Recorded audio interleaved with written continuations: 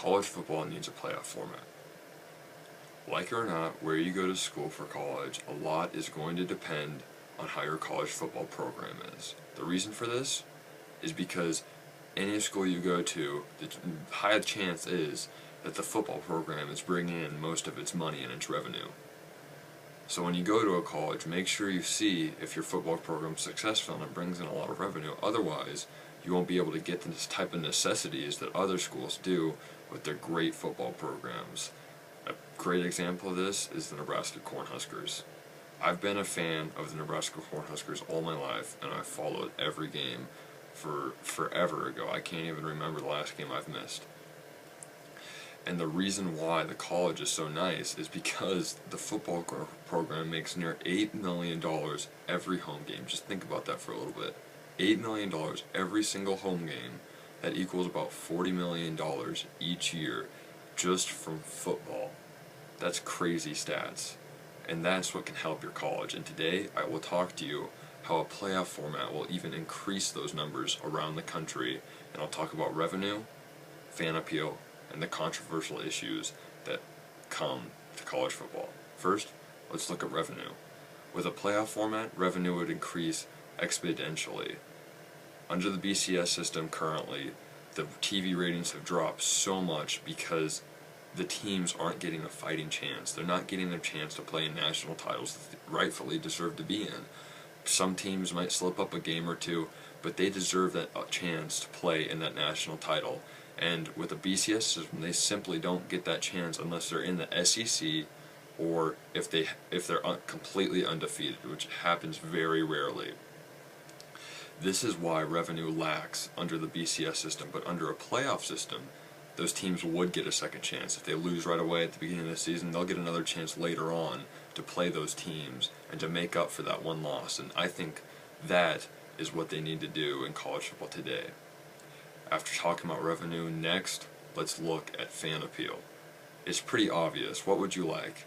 After your favorite team loses that first big game, would you like for them to just give up and say the season's over because there's no way they're getting to the national championship now? Or would you like to buck up and say, hey, the playoffs are here, they're coming, we still have a chance?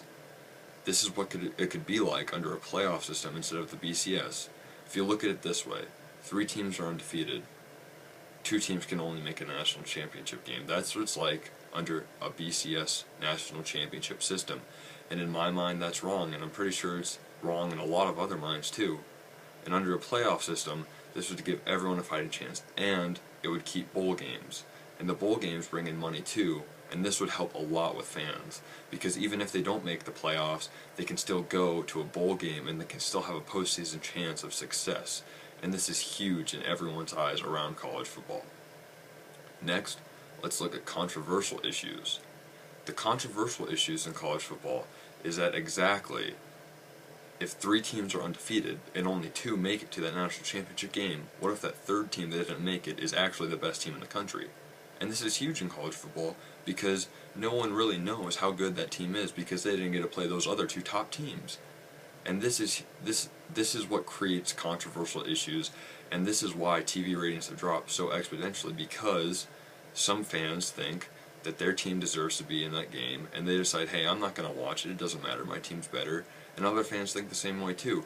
And another reason is that Southeastern Conference gets favored so much by the BCS system that it seems like they're in it to win it every single year because they're favored, they're popular.